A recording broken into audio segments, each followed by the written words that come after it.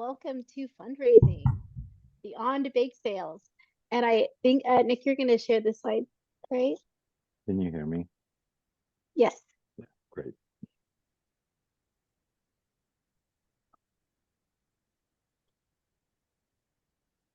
So we're just going to be sharing about some ideas Angie, about, I can't hear you.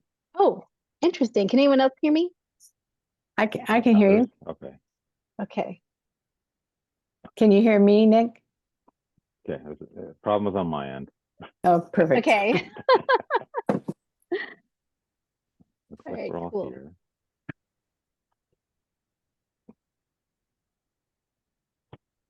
So Nick and I are going to be working together just to go over like what is fundraising, what do we do it, what are some ideas beyond bake sales, and some other things. So I'm excited to get this started. I'm excited too.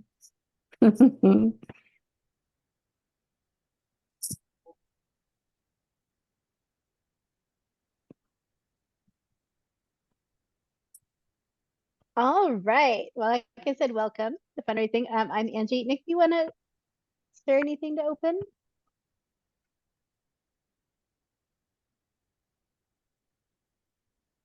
I don't have anything in mind.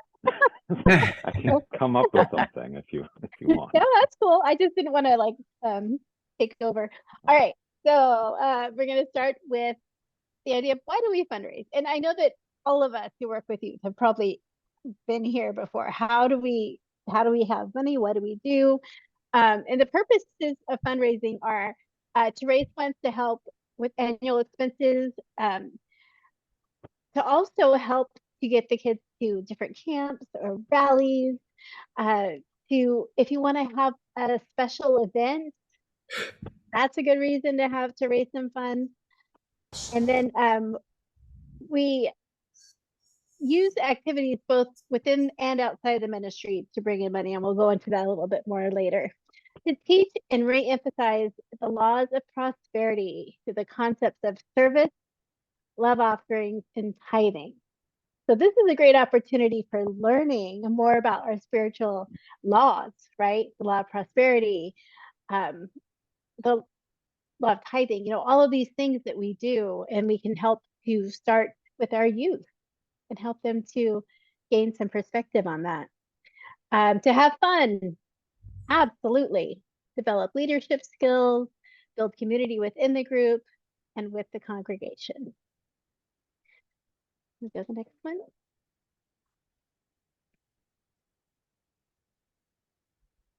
All right, some fundraising best practices. So the best practices and foundations create a balance in the areas where fundraisers are conducted. So a lot of times we do a lot of fundraisers at our church, and that can get a little overwhelming for the congregant. So if we're always asking for more and more and more. So it's important that sometimes we open that up to the community at large, right? To different ways of bringing in money so it doesn't become overwhelming. We need to schedule fundraisers in a manner so that the teams are not overwhelmed as well. Because it can get overwhelming for them. And if they feel like they're always just trying to bring in money, it might take away from the whole spiritual part of our youth ministry. All fundraisers will have a leadership team in charge to create accountability and continuity. I don't know why that word was hard for a moment. So we'll have a leadership team in place. And this helps, once again, to create those opportunities to learn leadership and to practice that, but also to have some accountability and learn that as well. So all fundraisers will be advertised and promoted with announcements, signs, posters, banners, and other creative displays and ideas. And chapters will learn the practice of tithing on all income.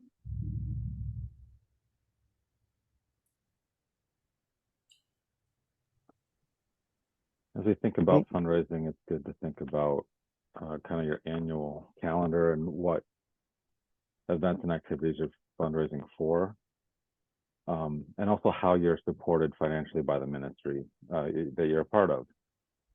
So one common way is that the ministry, like if you're going to a rally, the ministry would pay a third the teens can fundraise a third, and then the families put up the final third. If that's not in place, we can go through currently in place. We can look at how to kind of create a budget proposal.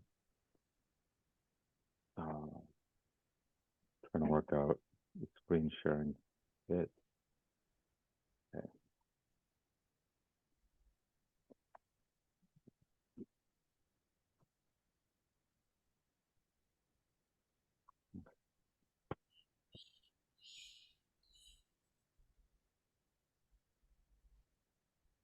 There we go. Okay, can you see the spreadsheet? Mm-hmm. Okay. So if your spring rally is $200 per person and you've got 6 people going, it'd be $1,200, and the ministry would pay about $400. Okay, but say 2 of those people are sponsors, and you'd like the ministry to pay 100% for sponsors because the teams can't go Yes. without the sponsors. The sponsors are already volunteering their time. So you could rework it so that for rally, instead of $400, the ministry support is $667. But then also considering travel. So if it's $60 for gas round trip, and you've got 14, and they paid $15 each. And say the ministry doesn't have to do that, the families can do that, or you fundraise enough to cover it. You can balance that out that way. And then there's other expenses that may be part of that, and I'll discuss a few others later. Like Y.O.U this year is $350 per person. If you're sending 3 teens, then it'd be $350 for the ministry. But then there's also, for many of us, airfare. Mm-hmm. So if that's, say, well, I don't know what airfare is like these days, but like $500 per youth, and then so figuring out like the whole expense and seeing if the ministry can contribute, is willing to contribute a full third, and then like ground transportation, like is that covered by fundraising, ministry, families, and how to balance that out. So as you work on these types of calculations, you can get together an annual plan. We've got your spring rally, a Y.O.U event, a fall rally, and say your fall rally is further away, and now because some uniteens have become Y.O.Uers, you have a bigger group and you need to rent a van because you don't have one vehicle everyone can ride in. So you add that rental vehicle in. And like, does the ministry cover 100% of that? Because again, it's a necessary component for us to get to the event.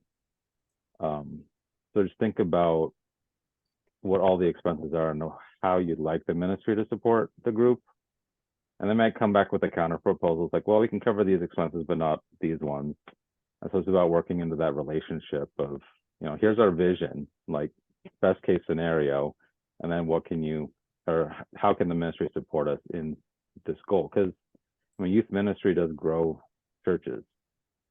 And so Right. like they're investing in the church itself and in the teens and the program. So I guess if you need to, call attention to that, because like through supporting the teens, you're also supporting their parents and families that are attending, the Sunday service and the church activities, not just, just sending the kids to camp, but you're growing the ministry. Yes, such a good point. Hey, Nick, are you going to, I think this is such a useful spreadsheet that you have with all the formulas in there, and some people don't know how to put those formulas in. Is that part of a resource that you could maybe copy this, make a copy of it, not your actual, and then put the link to that? I think people might find this very, very useful if they don't have something, or if they don't have facility with, spreadsheets. Yeah, this one's for the workshop only. It's not really functional for general use, but I can work up one that's more user-friendly. Oh, that'd be great. I think that would be a real gift, because I think some chapters, I've run into people who they don't, yeah, they don't either feel like they have the support or don't know how to figure out, the third, and this lets you take a look at, well, if the ministry is willing to pay a third of the registration, and I love that you said the registration for the sponsors are paid. I think we need to be a stand for that. And, Yeah. If the churches say, wow, we can't afford that, then, maybe we can go to the wider congregation and appeal or, take that into our fundraising, but make that be a part. I think that's so important. Mm-hmm. And then, yeah, you can have that conversation, maybe look at other ways of funding. Like, do you do specific fundraisers outside of the community that are still supported by the ministry, but aren't drawing solely on the congregation for financial support? Mm-hmm. And then something also added here is when the funds are needed. So it's not like you're just going to the board, hey, I need $3,000 January 1st. Tomorrow. No. Like, I need this much in March, this much in May. And so maybe if you need $1,000 in May, the ministry could have a fundraiser in April that says this benefits our Y.O.U group in sending them to the Y.O.U event. But it's ministry run rather than youth run. So they're showing their support for our youth going to this international event at Unity Village. Mm-hmm.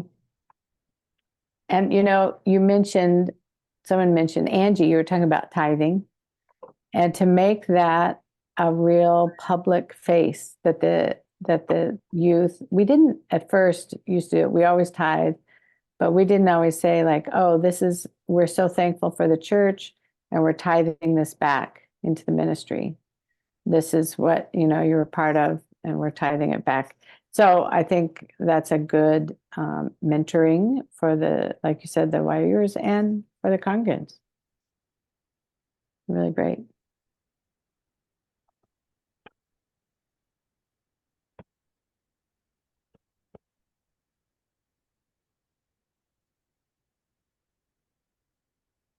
All right, so we're going to be looking into, oh, this is yours, right, Nick?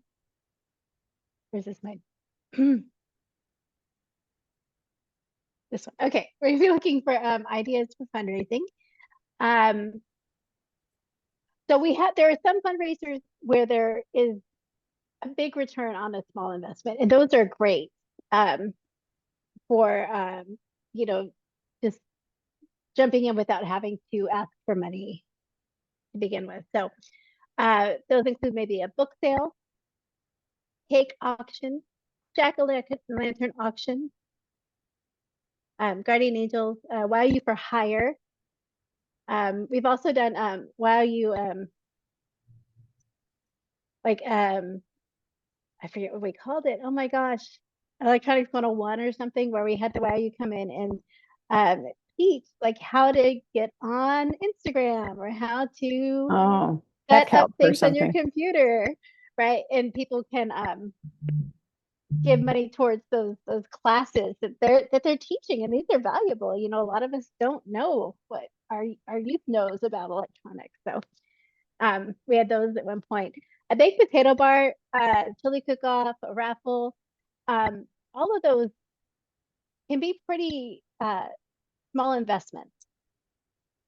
And you can even bring in the congregation and say, like for the baked potato bar, potatoes are really inexpensive. And then you can reach out to the congregation, say, these are the toppings we need. Who wants to bring them for us, right? Or the cake auction as well. Does anyone want to bake a cake for this? So these are some ways to bring in a larger amount for a smaller investment. In church fundraisers and broader community fundraisers. So we talked about this a little bit, and we are going to go into a space where people can share what you've done in just a little bit. But these are just some ideas to get us started. You can do a movie night with concessions or dinner, a craft fair, a holiday market, and that's a way to get the community involved, and also so much the congregation. The people who really love those crafts and are crafting, bringing them in, a yard sale. And I do know churches who've done this, and they spend like all year collecting items and then open up to the community.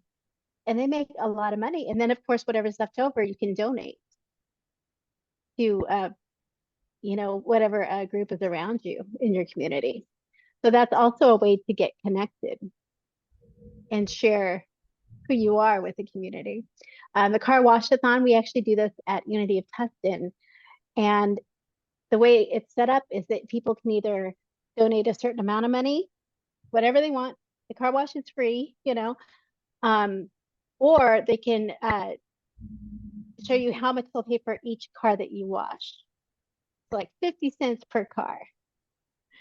And for Tustin, this was the only thing they had to do every year, because they'd just open it up, free car wash, and people would donate, or they do the I forget what it's called when you do that, like this much for this much car. Sponsoring how much per car. Yeah. Yes, exactly. And then we'd end up washing so many cars. We'd like start before service started and then go through all through Sunday service and then a little bit after. And the kids washed the cars, and we also worked with like trying to save water, like having buckets and trying to find the best way to do that and be mindful. And it was so successful every year. Wow. Yeah. How much do you remember what you raised? It was in the thousands, honestly, just from that one. That's great. And that came from, once again, from the community would bring in their cars and they would just donate what they wanted, love offering or nothing. There was no pressure, because we were also counting how many cars. There's a silent auction with dinner. And this is one that they do at Unity of Mesa in Arizona.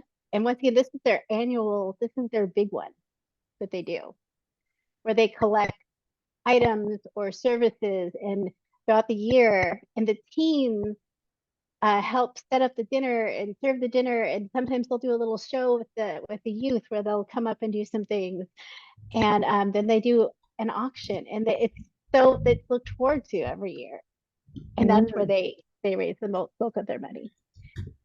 Or an afternoon tea party, once again, where the youth can help out. They can help with setting it up, doing marketing, doing the signs, and then even serving.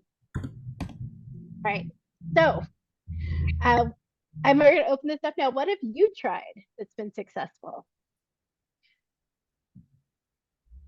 We've done an ice cream social and had like different toppings and everything laid out with, we had people donate the big tubs of ice cream for us. So everything we made was actually profits. And that was pretty good. Do you remember how, like, I'm just always curious how much was raised by anything, because some stuff takes a tremendous amount of effort. Ice cream social, probably fun. And, it's not a huge amount of planning. So, if you don't have a lot of effort. All of those records downstairs in the file cabinet. Oh, gotcha. But I think each about $200, depending on how hot it was outside that year. You could probably combine it with some great things. Yeah. Too, to have a fun. I think Mark has his hand up. Yeah. So I wanted to add a consciousness that we've had in our chapters over the years, which is we always had chapters that covered a percentage, but we also made it. We had for many years a mandatory. We did what you were talking about, a ginormous yard sale, where we actually spent a month filling up a 40-foot, storage pod in the parking lot, and would raise up to $7,000. I mean, it was a big fundraiser. We were 500 miles away from every event. We had to rent vans every time and fly to Unity Village. It cost us a lot of money for our kids. But if a child could not make the yard sale, they were not eligible for the funds from the fundraising. And if they couldn't make it on that day, they could be part of gathering it up. They could be part of organizing it or doing other things. But we really said that, this is for you. You need to participate, because the Y.O.Uers are busy. They've got sports, they've got dance, they've got a million things going on. And it was just a consciousness that we all do this together so we can all benefit from it together. Yeah, that's huge. And that was all a tremendous energy output. I mean, speaking for myself, it took a lot, and a lot of people in the church were involved, but we just kept doing it every year, and the neighborhood started to expect it. They'd come by and say, when are you having your yard sale? Because we had so much stuff. And we did give away like truckloads and truckloads to like big brothers, big sisters. And, so it was really allocating things that were maybe stuck in someone's garage or whatever, which was great. But it was a good, huge foundational push for us. And real quick, I wanted to say, when you said that we gave away a tremendous amount, the last 2 years, we discovered that our Goodwill in Albuquerque, and it may be nationwide, would pay us $50 per bin of our leftovers. So if we had certain leftovers, for certain hard items and clothes items, it was like one of those rolling dumpsters you do for trash. We would fill them up, and then they would come by with a Goodwill truck, and they would give us $50 per thing that we had left over. We sometimes would add an extra $300-400 onto our total just from donating to Goodwill. It was really great. Yeah, that was amazing. That is awesome. Julie? I can think of 2 really successful fundraisers. The first one was back when I was a sponsor at Unity in Chicago, and we had a lot of kids who were inner city. And so, it was raising the money to be sure that all the kids who wanted to go to any rally or to Y.O.U, that they could do it. And so we found that we were doing fundraising just about every Sunday. And I'm like, that's not what we're about here. So what I do is we did a program called Guardian Angels, and we asked for members of the congregation to donate $100 for the year. So they wouldn't be hit up for fundraiser after fund, $100 a year. And then we would give them that. This was back in the day where you actually did newsletters. And so we'd keep them apprised, and then we put on a dinner for them at the end of the year to appreciate and thank them and share with them what we did. And over the years, I would set the budget. The teens, we asked that they pay 10%. And that was a lot for some of them to come up with, And so we did that across the board for the kids who couldn't afford it and the kids who could. It was evenly split out. And every year I set my budget to pay for the sponsors and all of the teens to go to all the events. And every year my guardian angels came up. Every year my budget was met. Didn't matter. Different years would be different amounts, but every year it did it. So, that's a wonderful